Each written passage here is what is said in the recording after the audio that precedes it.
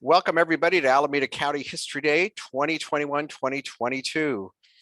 Yes, it's kind of weird thinking about 2022, but that's where we're at.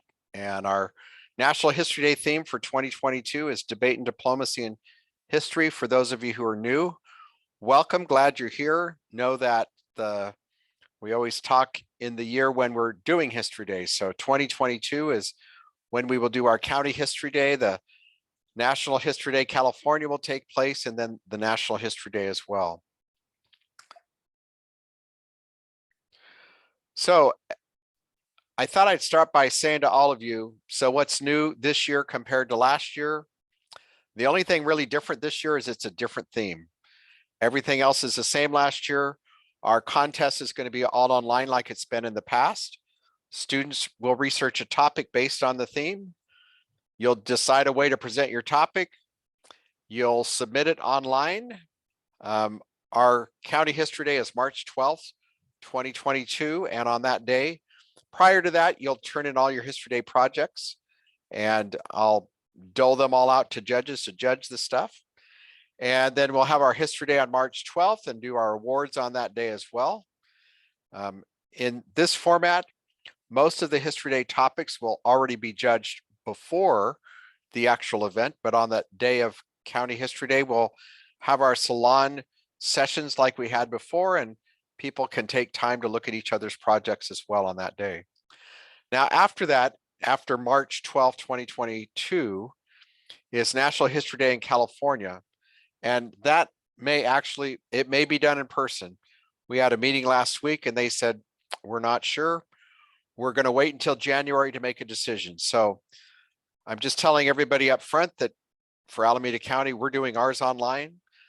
If National History Day California ends up being in person, then the only categories that have to worry about anything are really exhibits and posters, because exhibits and posters may need to be converted to a physical format. But in my way of thinking, doing county with an online version of your poster or your exhibit is a great way to get all the background done and all that. And then if you decide to go on to state, then you've already got some great feedback about your project overall.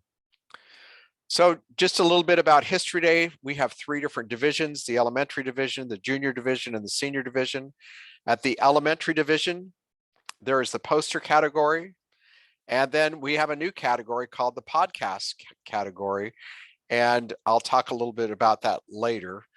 But at the county competition, the top 4 projects move on to the state competition.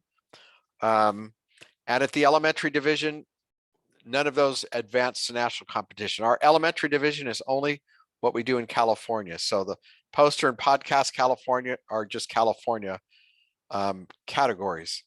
In the junior and senior division, we have all the same categories, except we now have the podcast category. But again, the podcast category, you'll hear me talk about it again, is a California only. And at the state level, which is also called State History Day or NHDCA, the top 3 projects advance to on to the national, the top 2 or 3. It changes every year. So in the junior and senior division at County History Day, the top 3 or 4 projects advance to state, and the top 2 or 3 projects and advance to the national competition. So those are all the different categories. There's exhibit, documentary, historical paper, performance, website, and then podcast. I always recommend to people, do your research first. And as you do your research, think about which category does your research best lend itself to. So here's the 21-22 theme: Debate and Diplomacy in History, Successes, Failures, and Consequences. As I mentioned earlier, this is a new theme that History Day hasn't done in the past, at least not that I'm aware of. And so I just wanted to say to everybody who's here listening to this, whether it's recording or the person that are listening to this, those of you who are our co-hosts, there's some people in the waiting room. If you could let them in, that would be great. So the theme is Debate and Diplomacy in History, Successes, Failures, and Consequences. When you think about your topic, whatever it is, most every topic will have some debate and some diplomacy. And when I think about debate, think of argument or conflict or many arguments or disagreements. That's what the debate's all about, is figuring out who's right and what's going on with that. Diplomacy is more about agreements or peace talks or treaties or negotiating or compromising. And in most cases, there's going to always be a debate and a diplomacy. And as I was putting this together, I thought about the Native American Trail of Tears event in particular, where the US government thought they made an agreement, but the Native Americans didn't really agree to it, or agreed to some parts of it, but then it didn't turn out so well. So in every event or that you think about, there's almost always going to be a debate and then some diplomacy as well. So you want to address both of those topics. And again, if you have trouble thinking about that, feel free to reach out to your teacher coaches or myself. So then there's some other words that are part of History Day, the theme. There's success, which is basically who won, who was the winner or the victor, and were they happy about it? Why were they happy? And then there's failure. We often learn more from failure than from success. So who lost or didn't get what they wanted, and what did they learn as a result of that?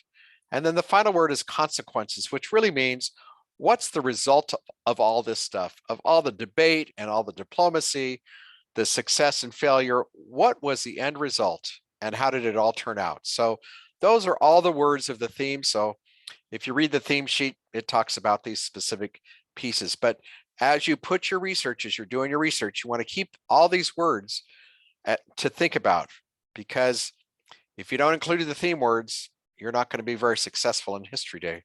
That's one of the key pieces. Whatever topic you're doing, whatever research, you want to think about who are the key people, what are the key events and the conflicts or the debates, what is the context in history, why does it even matter? So if you, whatever topic you may pick, perhaps it's could be Japanese internment or LGBTQ rights in some way, or the civil rights movement. Why was that important at that time and period? And then finally, what was the resolution to the event or the conflict? What was the resolution at that moment in time? And what did it matter in future history? So that's a little bit about this year's theme to think about as you're moving forward and doing your research. So know that all of that information I just shared with you is on our website. So I'm putting the website here for those of you who are watching the recording. You want to go to www.acoe.org/History Day, and that's where all the updates for Alameda County History Day are. And so know that our website's there. There's a link to student and teacher handbooks, how to do History Day, and then the National History Day California information is there as well. So there's lots of different guides for doing History Day on the website, which you are welcome to download and use those as well. Now, the other thing that is on the student guide, which I'll make sure is on the website guide as well, is in Minnesota, the state of Minnesota has been doing History Day for a lot of years. Oh, and I forgot to change the theme topic here. But if you click on that, pickingatopic.weebly.com, they have updated it with this year's theme, debate and diplomacy in history. So you can click on that and it kind of guides you with an idea. If you don't know a topic, it gives you some ideas on how to do that. So that's the topic selection. So now I'm going to talk a little bit about some of the categories. And I mentioned this earlier. If you do a poster, which are eligible for 4th and 5th grade students, know that there is a certain format you'll put your poster together in. Students last year, I think, found the best success with Google Slides. Some people did it on PowerPoint, but I think most people use Google Slides, and that you change the dimensions and all that's listed there. And just know that if you do the poster category and you qualify to go on to National History Day California, you may have to convert it to a physical poster. But just know that the time period from our county History Day in Alameda County to National History Day, California is about a month and a half. So you have plenty of time to put it together in a physical exhibit if they decide to do it in person. So that's the poster category. Same thing with the exhibit category. There are certain dimensions to again, I'll put on the website exactly how to put it all together. You'll put it together in a PDF and submit that, the link and all those pieces. And then that's how we'll do the judging with that. So once again, posters and exhibits may have to be converted to a physical exhibit after our County History Day in March. But we're not going to know that until January or February. If you're doing the performance category, know that you're going to record yourself and turn in that recording, similar to documentary. I'll click on the next slide. So documentaries, websites, and historical papers have not changed at all. As far as in-person contests or online contests, they're all the same. So if you choose those categories, the only thing to keep in mind for website is that you must do your website on the National History Day website location. You've got to do it there. And every category, regardless of what you're doing, you will turn in a title page, a process paper, and an annotated bibliography. So just know that that's the same as it's always been. So those are all those pieces. So let me talk now a little bit about the podcast category. So this is a new category, California only this year. Students from 4th to 12th grade can enter this category if you want. If you do enter this category, know that it's California only, which means that you'll share your podcast at our county competition, and then you'll share it at the state competition. And if you win at the state level, you're the winner at the state level. You don't go any further than that because California is testing out this new category, which personally I think is pretty cool. I listen to lots of podcasts and I'm glad History Day has moved into this category. So if you don't know what a podcast is, just Google it. You can learn all about it. Start listening to podcasts. Regardless of whether you do a podcast or a documentary or an exhibit or whatever, you're going to create some sort of outline. You're going to think about how you're going to engage your audience with a podcast. It's a little different than doing a website, but still you're doing the same kind of information. You're going to record your podcast and then you're going to edit it. You can add in music and sound effects and you'll finish it all as you do. And similar to documentaries, similar to performances, the podcast cannot be any longer than 10 minutes. So here's another view of podcasts. The specifics, you want to create and produce your own podcast. Only you can narrate your podcast. Let me just remind all of you, whether you're doing a documentary or a podcast or a performance, you as the students must be the narrators. You can't have somebody who's not a student do that stuff. There are general rules that you need to follow and the rule book is online. You can look at it there. It's, to produce a podcast, you have to have the equipment. Anybody who has an iPhone has that equipment. You put it all together. And then they also want you to create what are called show notes, which basically is a list of the sources you used in putting that together. So if you do put, well, as we all do, we'll put together an annotated bibliography. That annotated bibliography can also be that brief list of citations. It's a little bit different format, but it's very similar. That the show notes are very similar to the sources that you use in a documentary. So just know you can go back and forth between all of those. So there is a rule book. If you haven't seen the rule book, you can click on the link. I will put the link to everybody who's listening to this webinar in just a minute, so you can see all of those links. Just a couple of important changes that happened last year is that everybody's got to create a process paper, whether you write whether you do a documentary or a website or a research paper. You also do a process paper. The thesis is really, really, really, really important. So make sure if you don't know what a thesis is, that you get your teachers or your parents or you read about what a thesis is so that you do that. We don't want your annotations to be more than 2 or 3 sentences long in your annotated bibliography. So that's stuff that you'll do as you're doing your research. Make sure you collect your sources, put down their citation, jot a little note about what you used it for, so that when you put the official annotated bibliography together, you've got those things all put together from the beginning. So there is this website called Web Central. If you choose to do a website, it must be built on this NHD Web Central. There's no cost to do it. You create a login account and then you create your website from there.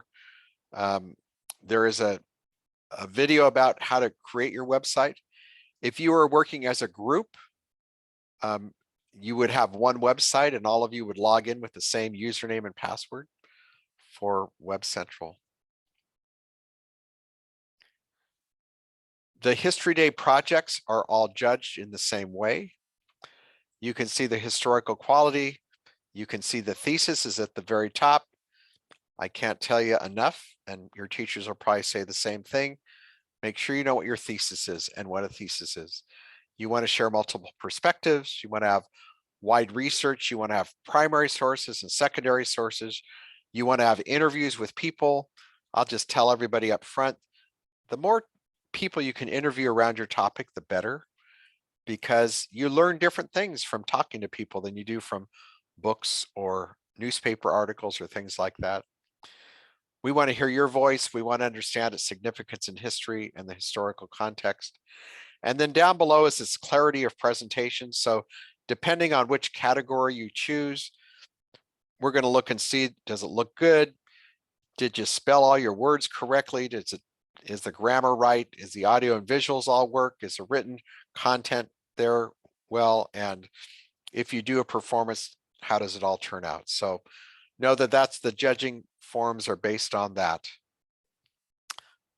There is a teacher toolkit that National History Day California has put together. And again, I'll put that link in the chat in just a minute so that you have access to it. It's also a link off of our website.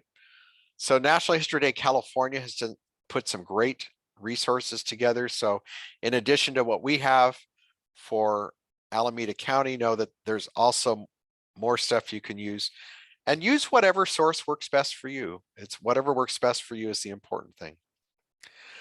Now for Alameda County, the important things to know is that by December 10th, you need to know if you're going to participate or not.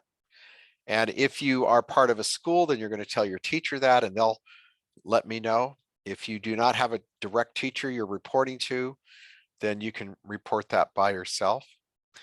Know that our registration is February 15th. All projects will be due February 17th, which means you're going to email me links with all of those, and I'm going to arrange them for judges so they can judge all of those. And then remember, Saturday, March 12th, 2022 will be our salon and online showcase. And for those of you who may not have been here last year, the salon, we put 2 or 3 students together who have similar topics, and we have them talk about their projects over a 15-minute time. That's our salon time. It's kind of like an interview, but in a different way. And know that our awards ceremony will happen on March 12th as well. After all that, if you qualify to go on to National History Day California, you'll get all that information.